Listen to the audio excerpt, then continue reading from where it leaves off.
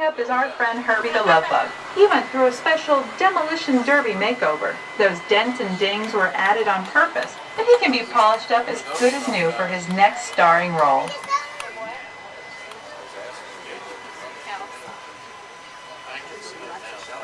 On our right, we now have a very different view of the fishing village set. From this point of view, you can see that there is no inside to the buildings. They are just false fronts, or facades. In the movie business, set builders only create what the camera has to see. It's an old movie trick dating all the way back to the silent era. To add to the sense of realism and avoid the cost of set building, many of today's television shows and movies film on location in cities and towns across the U.S. But out in the real world, you've got to contend with noise, traffic, and crowds, and various visual elements that may or may not belong in your film. Here on the backlot, we can avoid those problems because we created our very own flexible urban environment.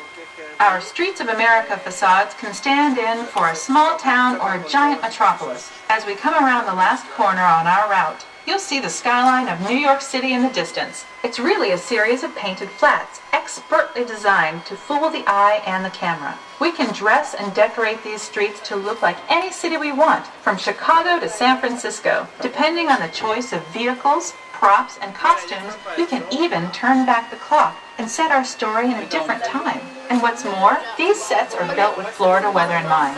They're made to withstand 100-mile-an-hour winds. You're welcome to visit our Streets of America anytime during your visit today and get an up-close look at the skills of our set designers and builders.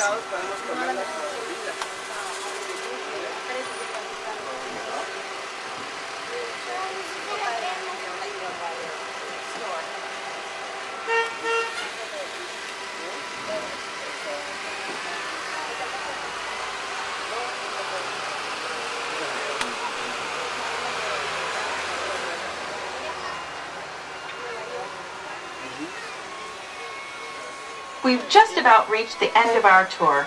Our final stop is the American Film